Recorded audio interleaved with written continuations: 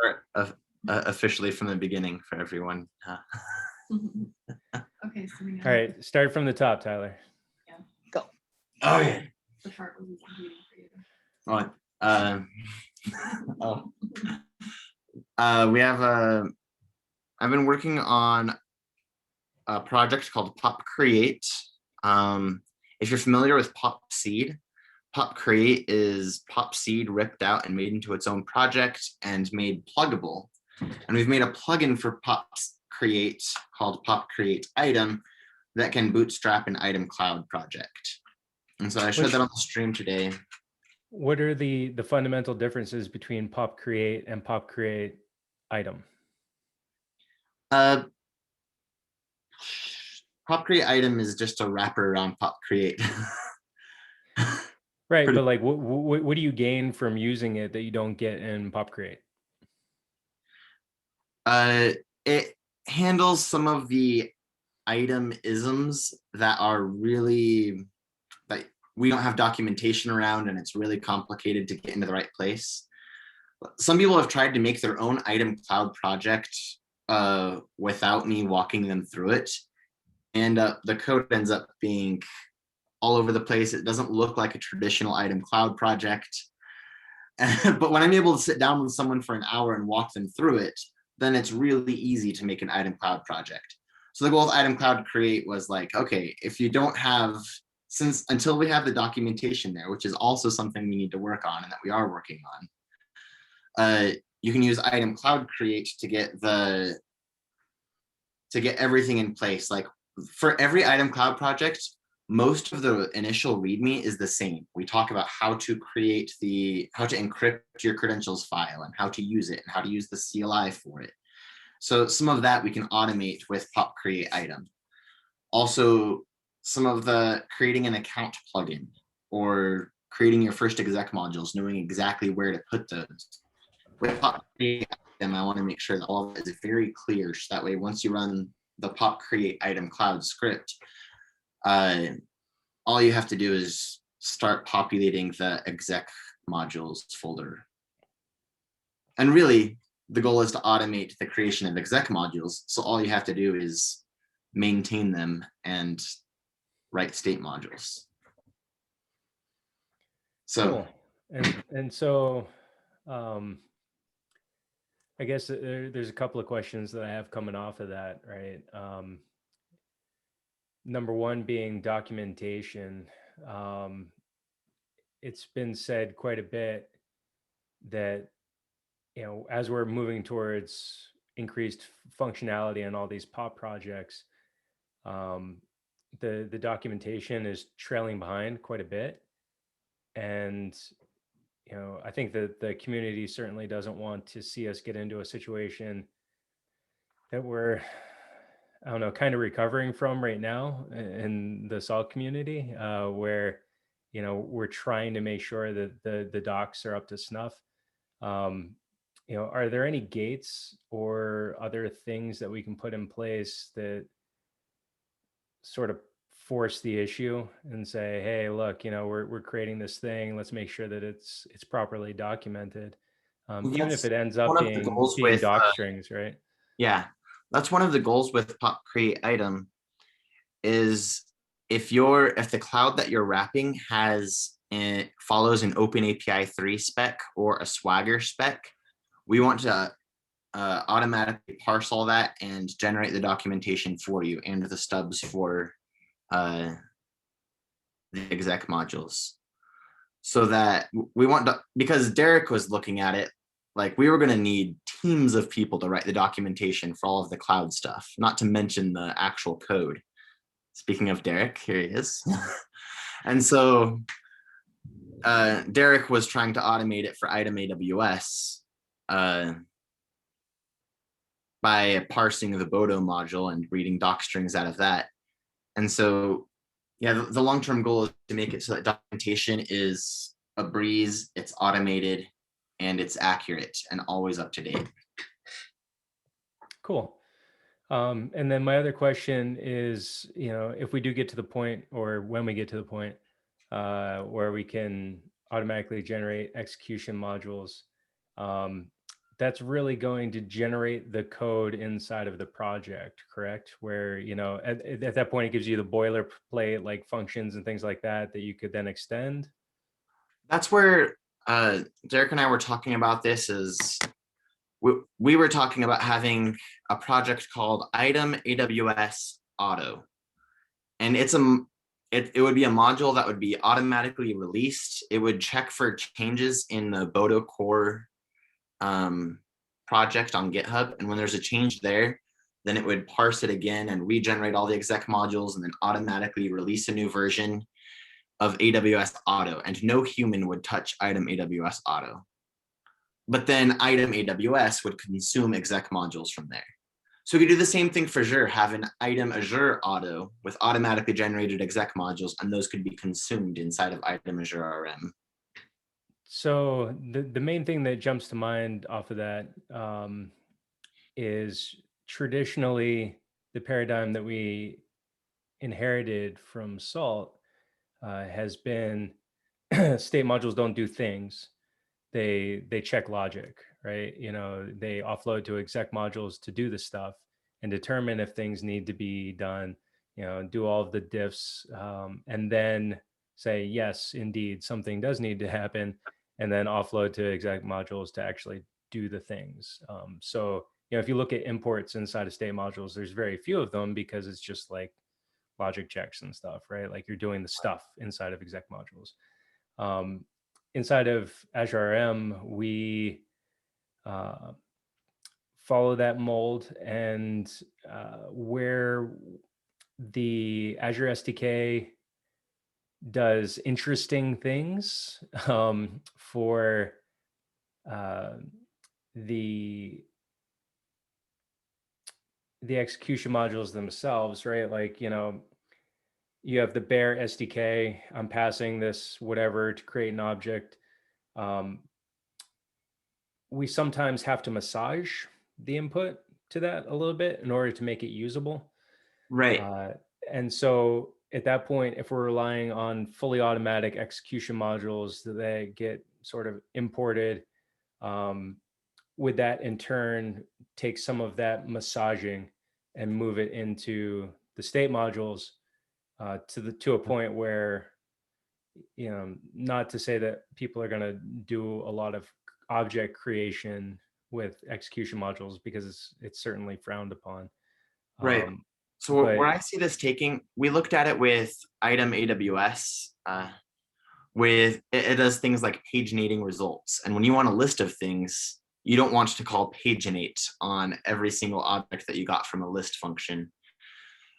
So we were kind of looking at idem AWS auto would just be a raw wrapper of the API, and you would still sometimes write exec modules and contracts that would use those raw wrappers, massage the input, like taking the garbage camel case from AWS or the inconsistent tagging parameters, and kind of standardize them. You would write your own exec modules based on the automatically generated raw wrappers.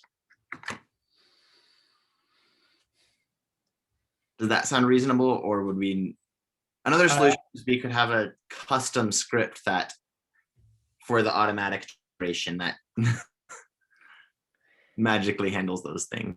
I think the main problem, right, is that we can sort of talk about it at a high level, but until we actually see where the rubber meets the road and like how much massaging actually needs to take place off of the automatic generation, it's going to be difficult to say what it ultimately looks like, right? So if, say for argument's sake, I've had to do so much massaging on all of the object creation modules, like gets and lists and stuff like that are generally pretty straightforward. But like the object creation portion of it, that I have to fully wrap it each time inside of something else. Like I've created the automatic execution modules inside of this other project, which is then merged in, and my execution modules wrap those for creates in order to do a bunch of things that we felt need to be done.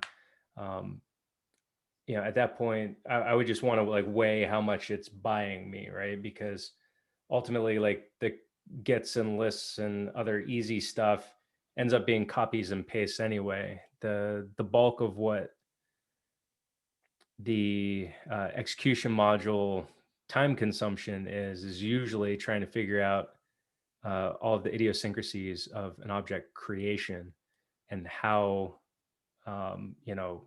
what effectively is going to be command line parameters, and then upstream of that inside of a state module YAML, like what that structure looks like that I'm passing into the SDK. That's where all of the work in the creation modules is. So I like the idea of it. I think ultimately I'm probably just going to have to see what it looks like. Right. And especially for Azure, Azure is a little bit lower on my list because you've already done it. But if my first focus is doing it for VMware for what I think should be obvious reasons, but I'm doing it. What reason? Because I'm confused. VMware. They use a Swagger API and Open API, and I'm hoping that any cloud that uses an Open API 3 spec or a Swagger spec will instantly gain the benefits of what I'm doing here for the VMware API, which is all Swagger. Cool. Mm-hmm. And so I haven't looked at Azure yet if it has a Swagger document, Swagger stuff or Open API, but yeah, I've been using the Python SDK natively, but sometimes I've had to dig into like the REST API docs. So I would assume that they do have one somewhere. I just haven't had to interact with it. Mm-hmm. But my goal by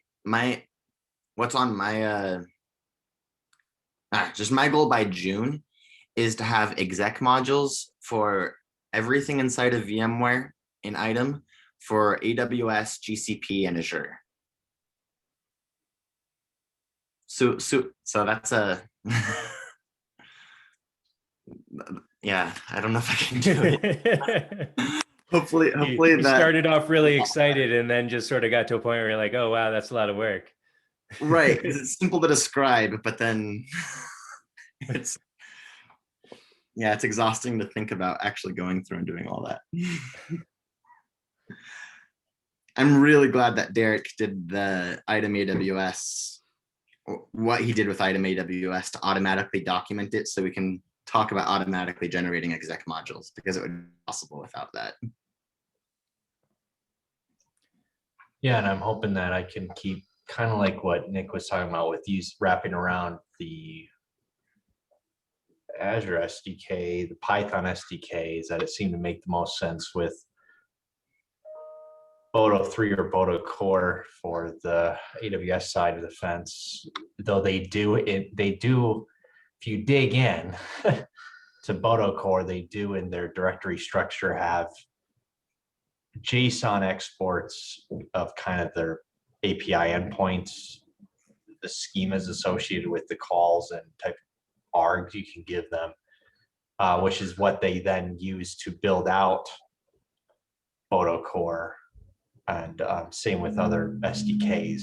But they don't have that stuff really in a centralized repo somewhere. It's more like it looks like someone every now and then adds something, drops in an update to a JSON file here or there in the SDK itself. And the benefit of my initial proof of concept back in October for SaltConf was that they do all the work of parsing through all that JSON to build out. And this is just why it's maybe easier to make a proof of concept with AWS, is that they're already exporting RST formats for their documentation at generation of that of their functions, so that when you abstract that away to be instead an item function making use of the hub, you can take that same RST and manipulate it so that it's, let's say you have example code in there which they do. They have example code of here's doing an EC2 related describe call. You can then manipulate that example to instead be what you would be using at the CLI interactively with idem. And you could also then auto-generate a secondary example that's how would you call this on the hub? So you kind of have the two uses, one for a developer that's maybe using a plugin or something else, and then one that's for someone making use of the idem CLI at the command line. And it seemed like, wow, this is really cool. Of course, the thing is, though, when you make a gigantic, when it spits out a huge amount of functions, you have to then have automated testing. You have no idea if any of that works. I just kind of go, oh, cool. It's following the format I think it should with the way it's making use of the hub based on what Tyler was doing. But then I have zero idea if it works. You know, I don't know if this whole one over here with Elasticsearch making this particular call to that API really does the thing it says it's going to do. Yeah. So we have to have Tyler. I would definitely need your assistance with ensuring that when it's, because the best case scenario is that if you can generate the docs, can you generate the code from there?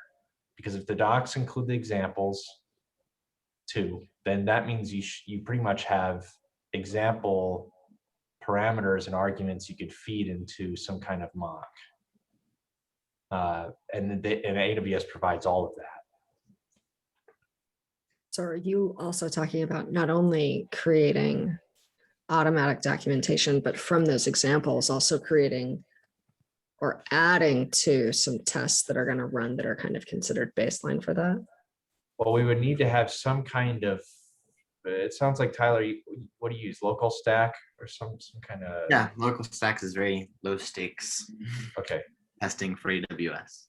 Yeah, because the one problem you have is that, well, the major problem you have is once you have all the code there and you go, sweet, I have a baseline I could import.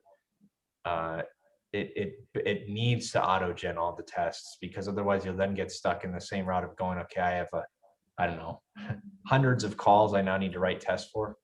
But but yeah, the goal would be, can I take the docs and the examples that are provided with it to, I don't know, create tests that could potentially work at least against local stack, or some kind of mocking that could be done. Mm-hmm. And one of the things we talked about too is one of our goals with idem and idem cloud is to provide a standardized CLI interface for every cloud, because AWS has a CLI, Azure has a CLI, but we want to And none have of those are the same, right? And they don't What? operate the same way. No, but we want to have a standardized, this is where you put your credentials for any cloud, and you can use PopTree to see what exec modules you have available for all of your clouds all at once. And then once we have exec modules for tons of clouds, then it's just the busy work of making states. And And- like Nick said, any execution module wrappers you'd have too if you wanted to have. Because what like was pointed out is if you want to improve the user CLI experience for execution module calls, you then have the ability to always add custom, custom abstractions, I suppose, against the huge benefit, I guess, will be the thing you did doesn't allow me to do this one very rare thing that you developers aren't currently supporting, this particular AWS service that was introduced with this added feature. And now I can just use the API call that came from your docs by seeing what's natively available through Bodo Core that idem abstracted, and maybe doesn't make use of all the fun user experience improvements that maybe the execution module and other tools are providing. So one thing that just struck me while you were talking is that if we end up automatically generating for a new cloud, right? You know, whether it be working on VMware stuff to start, or somebody magically overnight starts a new cloud, and then all of a sudden there's potentially tens or hundreds of services, and subsequently API functions to track. It would be interesting to have something similar to like code coverage reports, in order to have like state coverage reports, right? Like we have just programmatically created a ton of execution modules, but somebody's got to come behind it and write the states for it. So there's going to be lag. And so seeing progress against that would be really cool. Yeah, I think you're right. That'd be amazing. Actually, Come to the project and see exactly where we need contributions for any yeah, class. yeah, not just with that, but like a general, it's almost like a general health check of the plugin or something, some kind of like, because when Tyler and I were talking about pop create and the templatizing, your ability to just start up with a new project, there are a lot of baselines that you want to have in place, and that we're hoping pop create will help with. But if the long-term vision is that we want these plugins to be searchable and almost like certified, you'd like to have some kind of certified view that would kind of go, do these pass some kind of baseline health check of some kind? And what would we even define health check as? Maybe that would be something that would be part of it. Is You mentioned some kind of CVE check against them too. Yeah, like, so I put checking from the ground up. So as soon as you start writing your project, it's secure. Yeah, at least from the beginning, we want to have Bandit for some baseline static code analysis, at least doing for high severity flags. What's that? And poetry. Well, there's something called safety, and safety will then look through your dependency tree to provide whether there are security alerts impact, because if you're going to use Tiamat, let's say, for something, you're now sending that whole dependency tree to someone's box, and that includes all CVEs that might be somewhere down that dependency tree. So safety would be something kind of cool to at least have somewhere scanned in to go, what is the health of, it's again, just like Bandit, it's an open source free tool that can be integrated. Our templates right now have Bandit in there.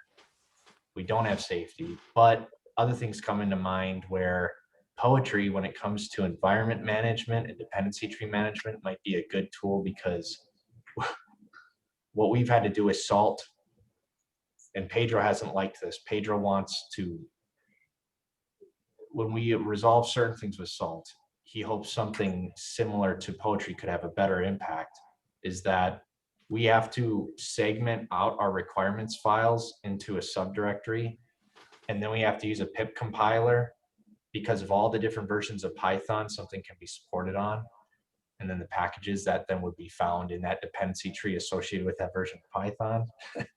And then what you need to do for the tests, et cetera, it just becomes this large nested requirements directory tree.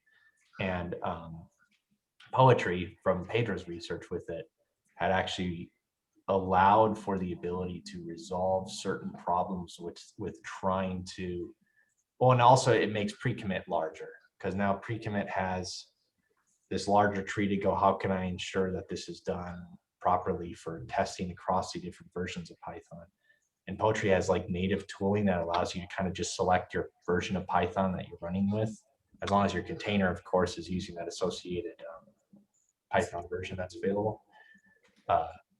But I don't know when something like that is even tackled or talked about, because my experience with something like implementing poetry is rather limited.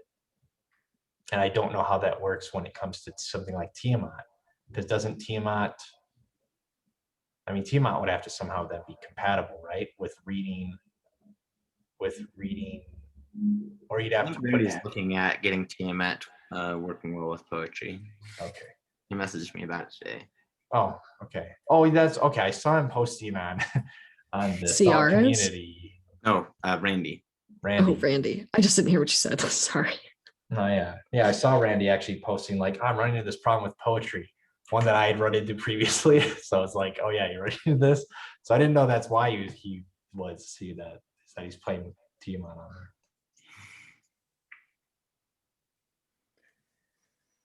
So my mind started to wander a little bit there at the end, thinking about one specific phrase that you said, Derek, and that was almost like the health and status of a plugin. So for Azure RM, as an example, if I'm automatically generating execution modules, Azure has API versions that they're working against, right? So as we constantly update that, each individual service has like an SDK API version that it's working against. And that's not currently pinned because I have a requirements.txt that's pinning the SDK versions that I'm working with, right? And then my execution modules, if I change that pinned requirement in my file, I would come back and test my execution modules to make sure that they actually work and potentially update those. And depending on how drastic a change, it could influence changes in my state files. Like, oh, I'm supporting this new argument now, right? So I need to change that in my state file, and document that. How can we ensure that if we have a little bit of a moving target under the hood, right? Like we aren't necessarily gonna allow updated execution modules to take effect immediately, right? Like we probably have to pin some way. So the idea there is something like idem AWS auto would be always up to date with whatever the API spec was, or idem Azure auto would always be up to date, and then idem Azure RM would pin a version of idem Azure RM auto. Okay. We would have a tested version, would have a released version with that. So yeah, someone could on their own test the latest version of the automatically generated modules, but. And so going back to the health and status thought though, is if somebody's not paying attention, right, and the API versions are up to the date, in the latest execution module, but we're pinned back at a, later version, potentially catching that drift, right? Like, the status of a plugin could go into, a degraded or abandoned state, depending on how long somebody neglects it. So if somebody sees some random cloud that they like and they decide they're going to be the maintainer of it and they stand up a plugin and all of a sudden they set it in auto mode and the execution modules are like way up here at latest, but they haven't touched the state modules in 12 months. And they're pinned back at some really old version, like being able to detect that somehow would be cool. I see. Yeah, that'd be really, really smart to have some kind of auditing that would look through the auto pinned package current version, and then the auto pinned version versus the current version, and to do some type of time gap measurement rating that'll say this is that maybe based on 6 months, 1 year, etc. type differences, that there's some kind of health status change. I feel like we keep talking about like a dashboard, and I hate that word, by the way. It's like my least favorite word. More like, more like you would have to, it's almost like a gallery, right? You kind of like how something like PyPI has, except PyPI is everyone do whatever the hell you want, and now you have all sorts of fun security problems constantly in the news. Or you have a different one that's like the leveled up certified program that has some kind of onboarding experience, but then also has then continuous ratings of the packages that if you go to maybe look at something, you maybe see a specific to that package, it's health ratings. Because Or like eventually, how GitHub does badges and things that you can put Ah. in based on a test run or something. That's Yes. better. I like that better, gallery, because I think that there's some other things that we could do there based on just like beacons and reactors too, if we wanted to go down that. VMware has That- one called flings, and that could be a Mhm. mechanism for blessing or saying Yeah. or we also, I can't remember. I don't know. I don't know. It'll be yeah, that could be another conversation, right? But that's like down the road too stuff. But Yeah, but I like that idea. And I think that that's something that we do need to think about, especially as there could be a really large gap between here's all these execution modules, but you haven't written a state in 12 months, because that's going to happen. And it's going to happen very, very quickly. And I think even if it's only like a week or 2 weeks, if you're updating that constantly with execution modules, that's going to go stale fast. And do we have some some automatically generated CI/CD for the projects that like a don't know, baseline. something that will automatically create an issue whenever there's Oh, we could do that. I mean, there's, auto-generated modules that isn't implemented in the states. well, you can do. but it can get too noisy. That's the Yeah. problem with a dashboard too, is like you could, so, right, like there's lies, damn lies and statistics and dashboards, as far as I'm concerned. You make that dashboard say whatever you want, and it's just data coming in that you're going to massage. I want to know something that's more true.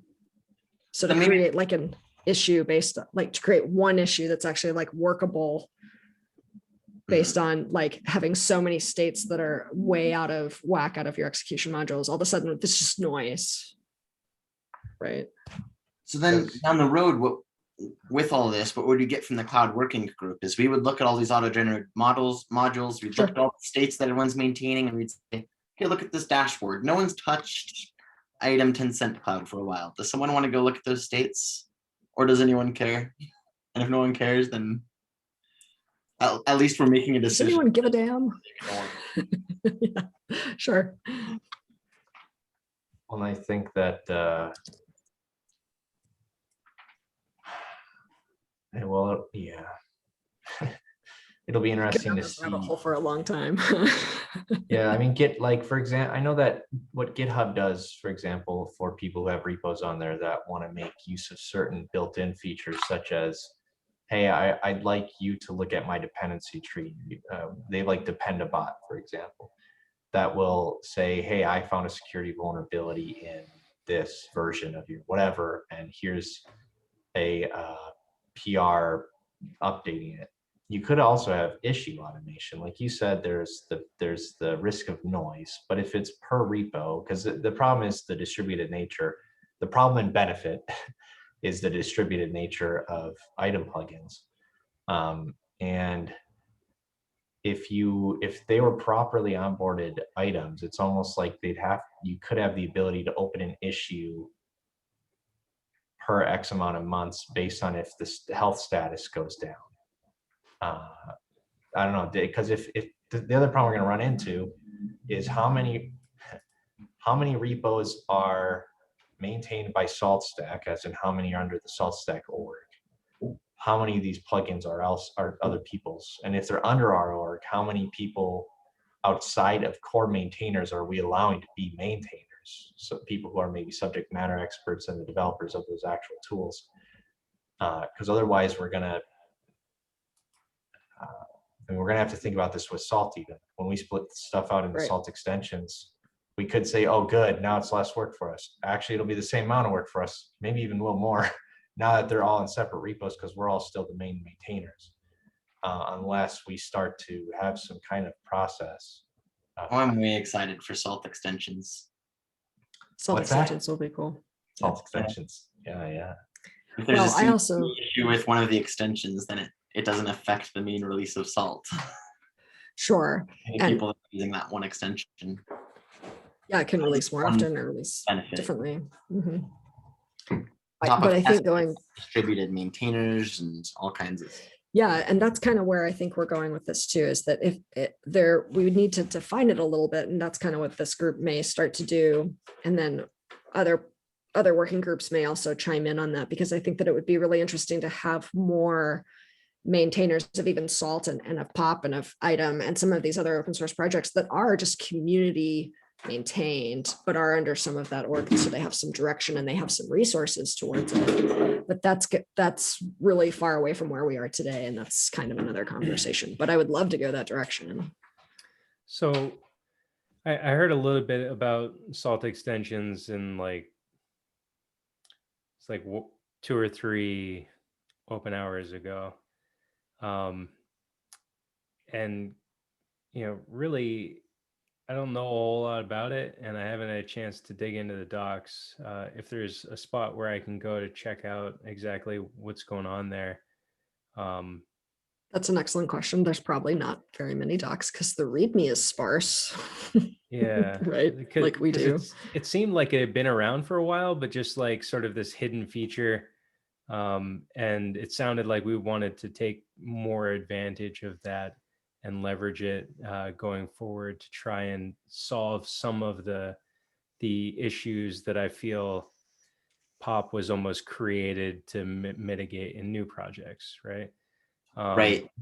And so It's a it way of seems getting like that what's that? mentality into existing Salt modules that Yeah. no one wants to be right in Pop.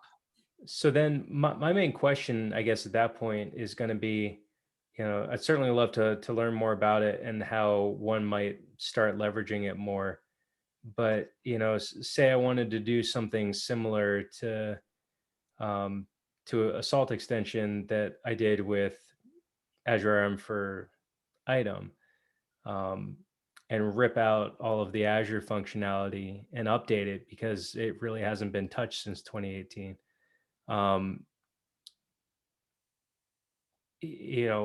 What's the process for that at that point?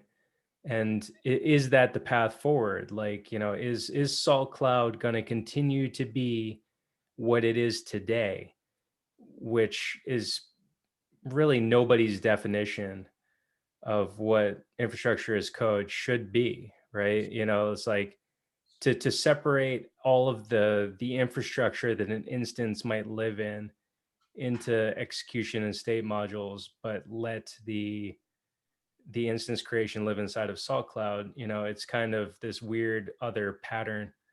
And so I guess at that point, should we be looking at making Salt Cloud eventually go away just by disuse, and ensuring that instance creation state modules are present inside of Salt, just like an item state module would create an instance, I could certainly make a Salt state module do the same thing. We have Is that the path forward? Like having everything inside of a single ecosystem, right? Like you have Salt and you have your execution state modules, and the like weird cloud provider concept just goes away. We have the ability of calling item states and exec modules from Salt. I think the goal is to make the Salt cloud everything go away by, like, it's already not actively maintained. Like you mentioned, the Azure RM provider for Salt Cloud hasn't been touched in 3 years. The goal is to make it very easy to add tons of functionality to item, and so that we can kind of just ignore Salt Cloud until no one's using it anymore and everyone's moved over to item. But so I guess it's a hard line to track right now, because I guess what I'm looking for is, and this is difficult because we're a community, but what I'm looking for is somebody to say, this is the path forward, right? Because like so many things in Salt, you can do things 1,000 ways, which is a super, super confusing thing for people. right. So if we say, well, you could do it with item, or you could do it with this Salt extension thing, and like this guy's maintaining this thing over here, but then you can call item modules, and this guy's doing this thing over here, you can pull that in. Like, what we need is this is the way we're doing it. Right. Yeah. So I- let me I actually tell brought you a this little up bit. in or well, you can go ahead then, Tyler. Go Yeah. because I brought it up I brought this up at the open hour when they were talking about salt extensions, and I said I have no idea when I should make a salt extension and when I should make an item plugin. Yeah. And why and there was some back and forth, and I mean Tyler can speak to it more, but it is an undocumented thing where salt It is extensions are undocumented. even undocumented a bit. So But the answer, and since we're being recorded here, we are on the record for this is the answer is we use item for things that don't need a minion or a master. And so cloud is an example of something that item is perfect for because we don't necessarily need to shell out to a minion to run stuff on the cloud. We don't even need a master to do it. We just need to do it with raw item. I think at one point when somebody brought it up, and I forget how long ago it was, you know, the main issue at that point is getting events from your cloud stuff into the event bus. And you had said you were working on that, or somebody was working on that. Because like that's Yes. the thing that's holding all this up, right? Like if you say, go use item Azure RM for your Azure stuff, they're going to say, cool, where's my events? Right? Like that's the one thing that's missing right now. So It's like preceding keys for minions that you deploy via cloud and your event bus. If you can solve those two problems, then you can say, sure, use this other tool. But until that time, you're not going to get buy-in, right? Like I have all of this functionality that is in Salt now for Azure, better, newer in item. I have more functionality than is present in item than Salt, but I can't point people at it because it's not usable. I really wish we had Tom right now. we do have. He's not doing anything right now. Somebody call him up. Sage, you got his number. Just give him a call real quick. Be fine. You know what? Let's see Phil come in. yeah, because that's a key, one massive key component of why people use Salt is orchestration. Exactly. I mean, you know, if you say, why should I use Salt versus anything else? The number one answer is Event Bus, right? Like you can do so much cool stuff with that. So, you know, make it a thing where item can plug into it somehow, and then people will be happy. I could say, oh, you know, you're having trouble with the Salt stuff for Azure. Go use this project over here. Oh, you still want to be able to precede your minion keys, and you want to be able to, you know, see your Right. cloud events when you're creating stuff and react to that, and, you know, go do state applications, whatever. You can do all that stuff, and this is how you do it, right? And we just document that thing, right? And then we say the path forward is item, right? Like we have pulled all of the cloud things out, and it works so great with Salt. Let's do this. But until that day, we're still going to keep having conversations about Salt extensions because that's native to Salt. Understand. Megan is getting really close too with, well, actually heist salts right now. We can use Salt as long as you can SSH into a box. You can set up a minion on it with a persistent minion on it with heist. Yeah, And that will be the way. Yeah. But what you're talking with beacons and reactors, that is something that we're working on. yeah, the heist stuff is really cool, and I played around with it a little bit like late last year because I really hadn't had a chance to do it prior. I think that having some automatic workflows inside a heist surrounding bootstrapping minions would be really cool, because right now it seems a little bit manual, right? Like I need to create my roster file and stuff like that, and then I'm gonna have Right. heist set up. My goal is tunnel. for any cloud, you just whatever your instance creation looks like, you just need to hand it over the SSH credentials to heist, and it'll take care of everything for you. So you can get that minion functionality. Sure, but you know, does it still require roster files? No. You could do it with roster files, or you could do it by passing a dictionary of things to heist. Okay, so if I had if I had like an item state that was creating instances, what would the workflow be to hand that list of systems off? I think it would be similar to what we have in Salt Cloud and what we proof of concept back in the day with item AWS is you would have aws.ec2.instance.present, and one of your parameters would be bootstrap method salt or bootstrap method SSE or whatever you wanted to bootstrap onto there. And you could have a Heist plugin for whatever you wanted to bootstrap onto that instance. And then when you run the state, it'll check if that service, if the salt service is running, salt minion service, or the RAWs SSE instance is running. And if it's not there, then it'll use Heist to put it onto that minion. Cool. Okay. And the state would have logic for getting the SSH keys in the new instance and passing it over to Heist. Awesome. So I pinged Tom, but I did too, but now he's offline. That's okay. We can, so I can give you a little bit of information. I know that here. it's okay. I didn't know that you were paying him. So we do want to maintain Salt Cloud until we move on some of these other things, because we know that item can't replace it today. Right. We do know that. I think calling some of that stuff out is important, though, to even know if it's viably possible, because we can't just say, oh, this is the way forward, because we don't know if it's even possible today. I think that we think it is, but we kind of need to do some POC work to really be able to say, and then to move forward with what we've discovered from that. And that's just kind of where we are today. Like, there's a lot of things that everybody's kind of under Tom as innovators, right? They're all like, oh, there's this cool thing I want to go do. I think it's going to do this, and then we go try it. And that's something that's very cool about what we get to do.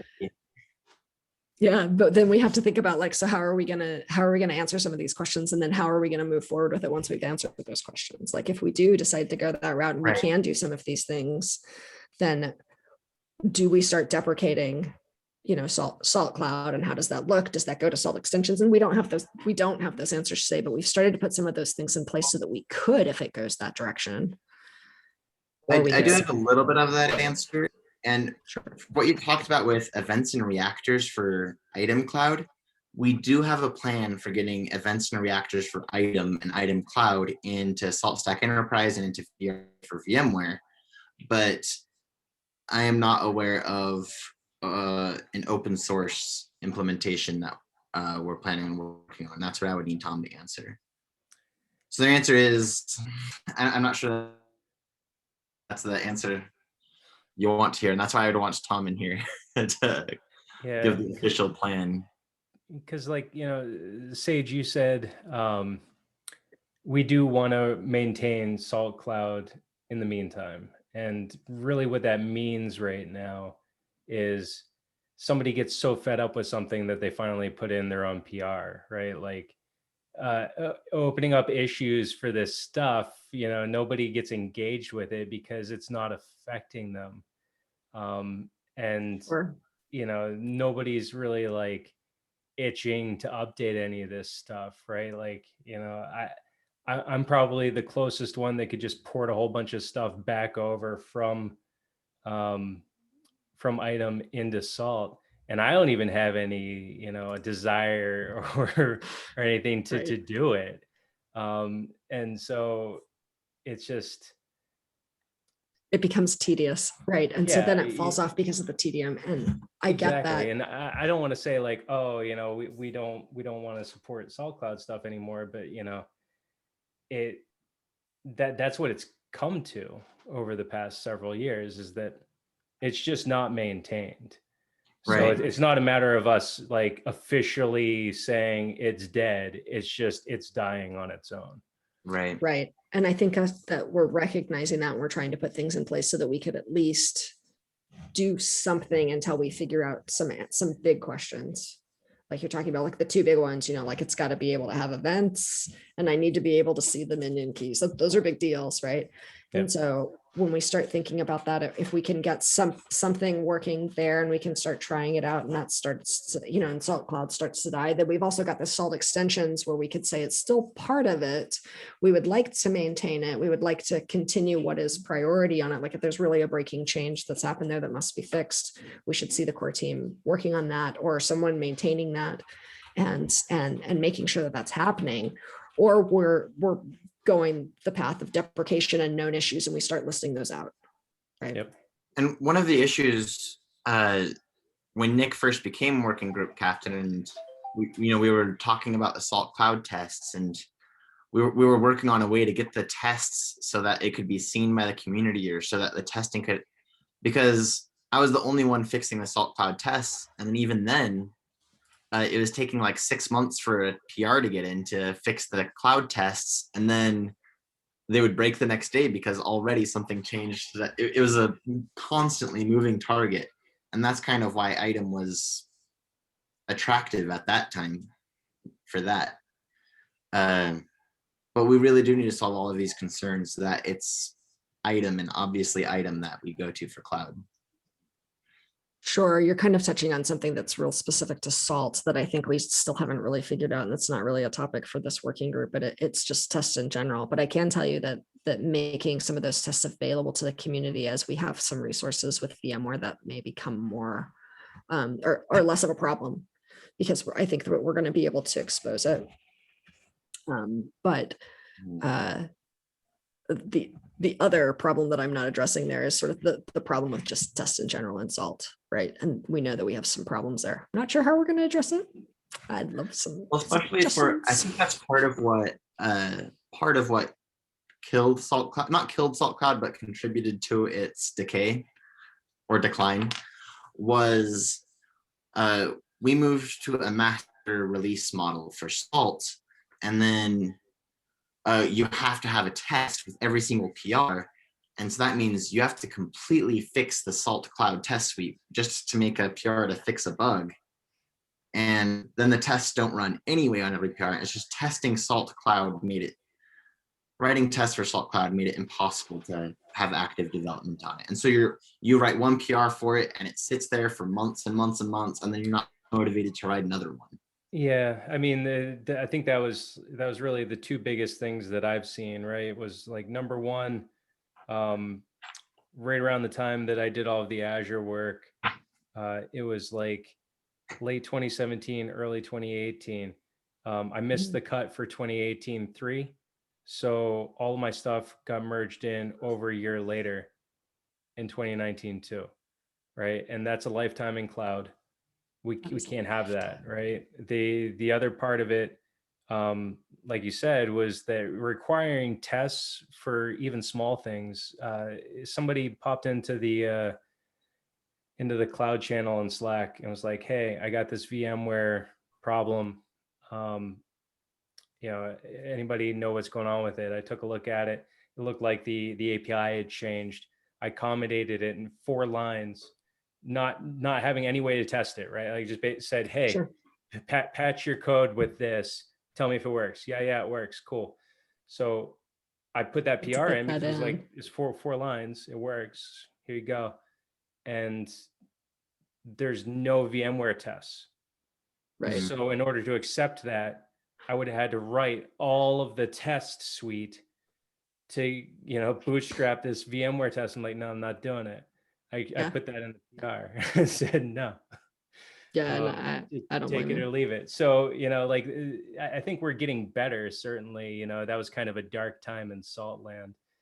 Maybe Salt Extensions is a place for Salt Cloud in the near future until we are full force with idem, because then it gives us a place where community can maintain the repo and accept the PRs. We can make Nick could be a maintainer of the Salt Cloud extensions, and Yeah, I think that's really what I'm looking for, right? maybe that's Is wishful like, thinking. Don't quote me on. What's You're the gonna plan have- near term and long term, and what timelines are we looking at? Because maybe it does make sense for me to rip the stuff out of Salt and make an extension and say, "Hey, look, all the Azure stuff is in the Salt extension. This is how it lives now." And I would be fine doing that if that's the path forward, and it's not going to be superseded in 4 months. So, if Tom needs to get on the next cloud meeting and school us all, maybe we should tell him to block off some time, because it's been a long time since he talked to me. And Really? I'm going to send him this YouTube video where I'm saying his name over and over again. Maybe do a super cut of it where I just say Thomas Hatch, Thomas Hatch, Thomas Hatch. Can I get a GIF of that, please? And just send it to him, and we can all put it on loop or something. Ping him in Slack with the GIF of me. But I just want to sort of see what the path forward is.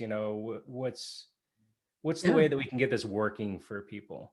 Because I love idem. Yeah. I love the functionality that it provides, but until it becomes a first party citizen in the Salt ecosystem, it's just playthings. Yes. I think that to answer your question today, if we needed to do something today, I would say let's go put it in Salt extensions and let's use it as the Salt extensions first project. And maybe that's just what we do. Yeah, and that'll help testing, that'll help the release, that'll eliminate hopefully the contributor fatigue of not having it get in. So if anybody's like hiding any Salt extension documentation, or if It's called Pedro's head. It's all on Pedro's head. Pedro time or something like that. Like I'm fine being a guinea pig, right? Like that's what I was with idem. So sign me up. I don't care. But I was actually thinking about it when we were just talking about it, and you mentioned, well, is there some documentation? I'm like, right, I was going to do something with this, because what I actually would like to do is maybe not do it during the open hour and do it at a different time, just for Pedro's sake, since he's in Portugal, and do it at an earlier hour US time, and just do kind of like an hour of let's go over it, or maybe an hour and a half or two. And just kind of like, let's talk about it, let's record it. And then from there, I want you to start documenting some things so that we do have some documentation in this.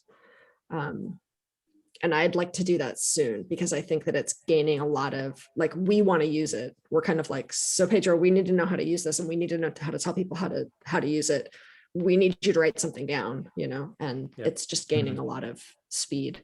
So I'll put something together there. I'll see if we can do that soonish. I don't know when, because I just don't know what his schedule is.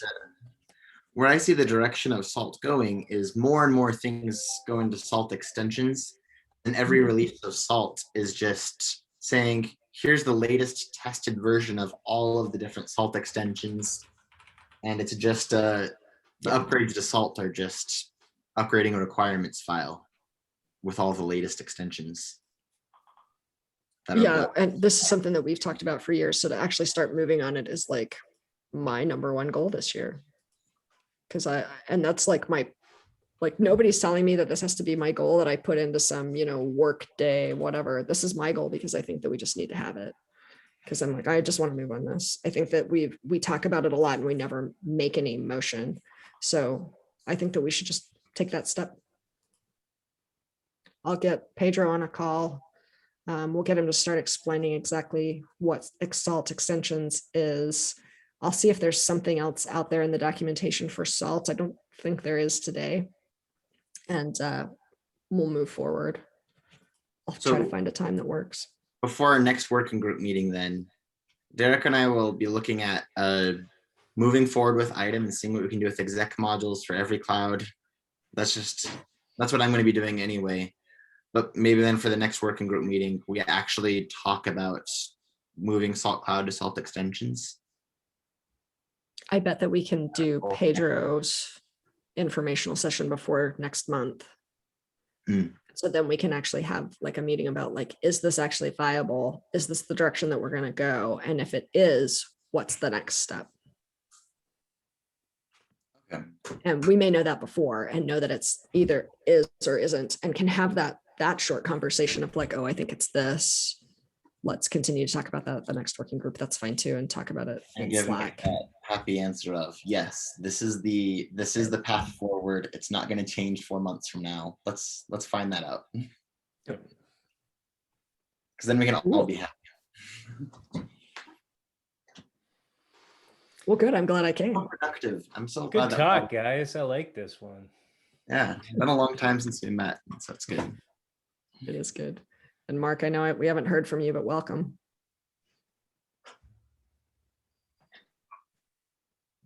We still can't hear you, but welcome. All right. Well, I got a hard stop 2 minutes ago, which I missed. But it was great talking to you guys. And I'm definitely interested in hearing more about the salt extension stuff. And Tyler, get to work. Will do. Yeah, Tyler. All right. See